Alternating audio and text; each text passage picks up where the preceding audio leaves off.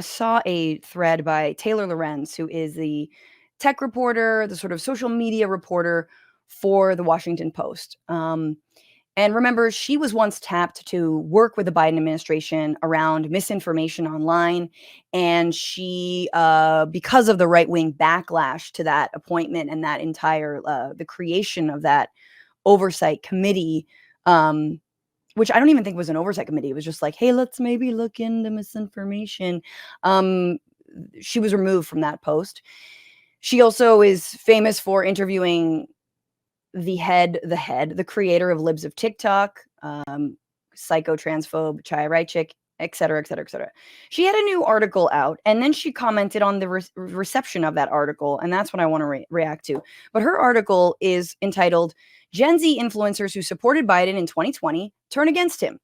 Now, if you haven't read the article, I'll summarize it for you. It's pretty simple. Gen Z in the year 2020 came out real hard for Joe Biden, specifically using platforms like TikTok, Instagram, social media. There was a big push. There was a sort of a working with the Biden campaign. If you remember, in the year 2020, Biden was not a shoo-in. There was a lot of energy around other candidates like Bernie Sanders, like Elizabeth Warren, right? There were candidates and there were people who were excited about other candidates. And then President Barack Obama was like, drop out. And so all the Buttigieg stands had to pivot, but it wasn't easy. I mean, Joe Biden arguably had, like the least traction with Gen Z voters, but they rode hard for him. And he actually accepted a lot of the criticism, specifically some of the progressive criticism of, hey, what about a Green New Deal? What about Medicare for all? What about expanding labor rights? What about some of the ideas he has incorporated into his administration thus far? So that happened in 2020, and Taylor's article basically goes into the fact that in 2024, those same constituents, two things. Number one, are not being reached out to by the Biden administration, and number two, do not like Joe Biden's policies on a number of levels.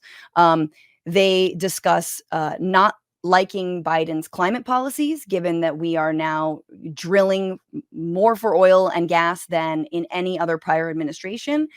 That it is unprecedented, the number of leases that have been issued under this administration. There obviously is real and righteous anger around the mass murder of civilians in Gaza, and that has turned Gen Z against them. Oh yeah, by the way, this administration has also said it wants to ban TikTok and will sign a bill should one come before its desk. Like, should Biden get the bill on his desk, he will attempt to ban TikTok. So no wonder that TikTokers and all of the followers and the people who use that app do not like you, Joe Biden. That's not the story here. The story is that the reaction that Taylor Lorenz received from simply reporting on this fact, the Gen Z is souring on Joe Biden, the Gen Z influencers specifically are not carrying water for Joe Biden and are not being included in his campaign, that she then got massively attacked for that. So she threaded, after 3 days of bigoted harassment, posting racist, sexist, ableist, and deeply cruel comments, and my replies directed at young POC, blue MAGA Biden supporters are now amplifying far-right conspiracies about me that have been spread by anti-LGBTQ hate groups and actual neo-Nazis. Lol. There's no meaningful difference between many of these Biden stands and Trump supporters. It's all blind fandom and hatred towards any woman, POC, marginalized person who challenges power. She follows up with a tweet sort of giving you an example, and it's someone saying, enjoy the camps. This thread is dedicated to Taylor Lorenz. She says, these people cannot stop telling marginalized young people to, quote, enjoy the camps. It's sickening and reveals that they have zero empathy for those who are actually struggling. Like right-wing stand-ums for these online Biden stands, it's all about cruelty and punishing marginalized people who dare to speak out or ask, for instance, for basic human rights and opportunities that these stands enjoy with their deep privilege.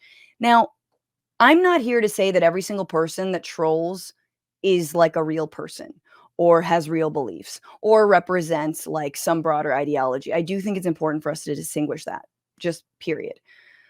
But I do think she's naming an interesting phenomenon that we've all witnessed, especially over the last 8 months, as there have been real criticism levied at Joe Biden, which is the people who are like, oh yeah, You think you're gonna like Trump more? Enjoy the camps. You think you're gonna like Trump more? Enjoy being deported.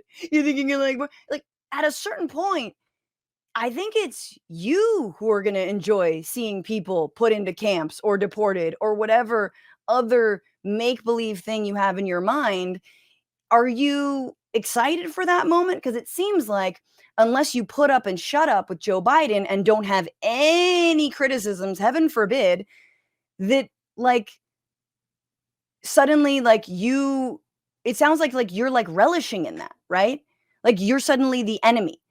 And I just want to say to anyone listening who knows somebody or who has themselves said something like that, not helpful. Not gonna win you back the White House. Not gonna help at all, not gonna help anyone, not gonna prevent actual neo-fascism. You cannot browbeat an entire generation, one who is specifically seeing their chances at ever gaining stability in their lives, a stable job, a stable place to live, right? Making ends meet finally, maybe earning as much, if not more money than their parents, right? Like who have no way out unless like their parents die and they get to inherit a little bit of money. Like these are people are struggling. Meanwhile, everything's on fire. We're in like the hottest month on record for how many years in a row now? Forgive us if people are a little bit cynical and upset with someone who promised to be quite different. And on top of that, you got dead babies in our feeds every single damn day. So to the blue MAGA, who I don't even know who came up with that term. I don't know if I like it, hate it, I'm not sure, but it is very funny that you could create a cult of Joe Biden and go after young Gen Z folks who, up until just a few months ago, truly did support Joe Biden or it supported him enough to vote for him. And I ask you this, is it easier to browbeat millions and millions of young people, or is it easier to pressure the one effing guy who could do something about it? And that is Joe Biden, the one guy who could change course just a little bit, the one guy who could win back those votes.